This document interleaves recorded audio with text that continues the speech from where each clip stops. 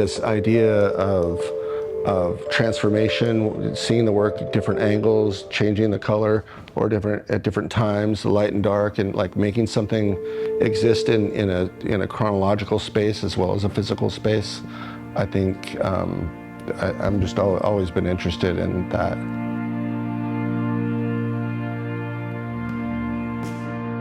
The title of the show kind of comes from this idea of how we experience the world like through these like kind of polar opposites, where I'm interested in kind of the contrast between two extremes.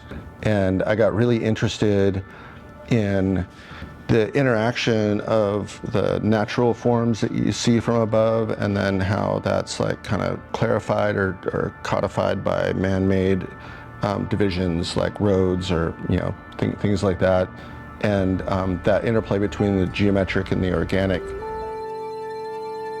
In 2010, when my first kid was born, and about 5 months after he was born, my mom died, and I got thinking a lot about like cycles, and that kind of plays right into that kind of the extremes of like geometric and organic, and then there's like birth and death. Maybe every aspect of our existence is like kind of wrapped around like the oscillation between these two like kind of poles.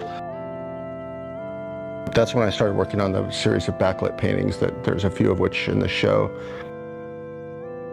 And the nature of the light becomes part of the painting as the sun goes down and it gets darker to where the physical surface of the paint kind of dissipates, and the more ethereal light from behind starts to show through, and it becomes maybe a little more like an abstraction of the sky, of thin and thick, of earth and sky. All of these kinds of polar, opposites that form the way we see the whole world around us. Been really interested in that thought of painting as like a window versus an object. But it all comes from this layering of really, really thin paint that there's definitely areas that have hundreds of layers on it, because part of the look I'm trying to get is something that has to accumulate really slowly, because of the transparency kind of gets killed if you get too opaque too fast. And so to try to create the depth of color, it just takes a lot of patience and a lot of like layer after layer after layer. And I think for me, even the imagery of these pieces, like I definitely don't conscientiously think of them as pictures of clouds. I think of them more as like, if there were pictures of anything, it's like air, or like kind of mist, or like kind of nothingness.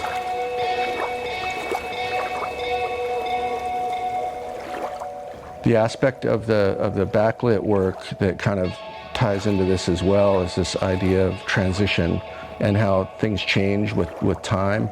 And so I started using these pigments that kind of reflect the light slightly differently depending on the angle you see them from, and try to layer them contradictory colors on top of one another in order to kind of make that experience more subtle or more, hopefully more mysterious, to where you can't really put your finger on what the color is.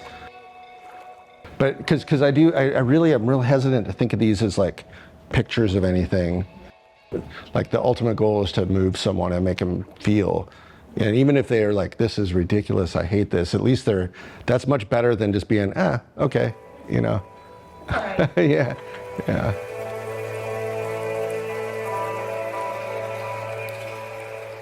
I certainly don't think of these as like narrative.